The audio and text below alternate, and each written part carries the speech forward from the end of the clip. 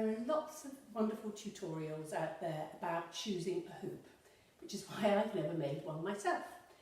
But lots of people keep asking me for advice, so I'm just going to have a little chat with you about choosing your hoop. Now, if you're going to learn to waist hoop, you need a proper beginner's hoop. Children's hoops are completely a no-go, and please avoid those gym hoops that are sort of weighted and bumpy because you can damage yourself.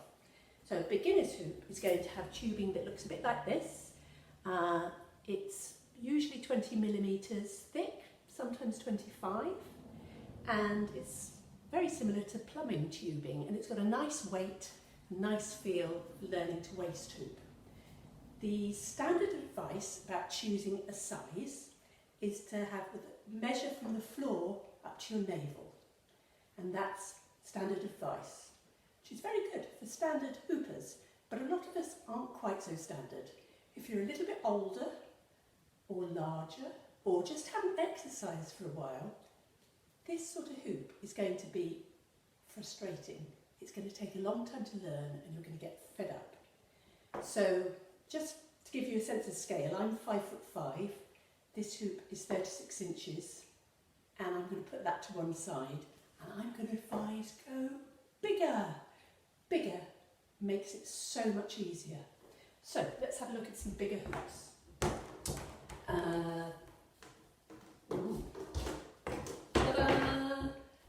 That one's 38, so that's getting to a nicer size.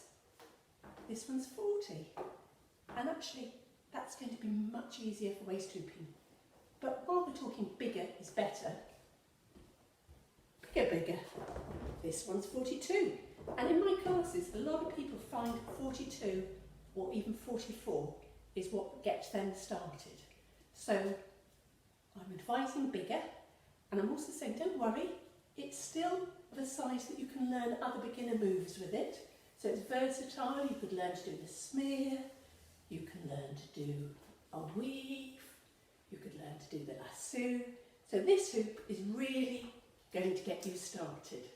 So think big, think positive, and big. I'll show you my big friend. There. Now then, this is bigger again. This one is just over 50 inches, and this is the hoop that got me shoulder hooping and chest hooping, because I struggled. I found it really hard. I just wasn't wiggly and flexible enough, and I needed a big hoop to get to feel how to do it. So as I say, big hoops are brilliant. Think big. But I hear somebody saying, what about all those little flippy, foldy, twizzly moves that you do? Well, for those you are going to need some Polypro hoops. So let's talk Polypro. Now then, you can get a Polypro straight away, of course, because as well as learning to waist hoop, you can get started on your flippy foldies. Now then, Polypros come in two sorts of tubing. It's just preference. I like the thicker tubing because I like the feel of it. The smaller the hoop and the thinner the tubing, the sort of faster it will flip about. So that comes as a consideration when you're choosing. I use this size a lot. This is a 30-inch. It's quite a nice frame for your face. I like the look and feel of it. But it is a little bit small when it comes to some of the moves. And to give yourself like step throughs and things like that, so to give yourself a little bit more room, a 32 is really a good idea, or a 34.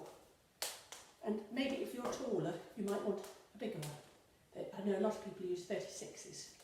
So that was 32.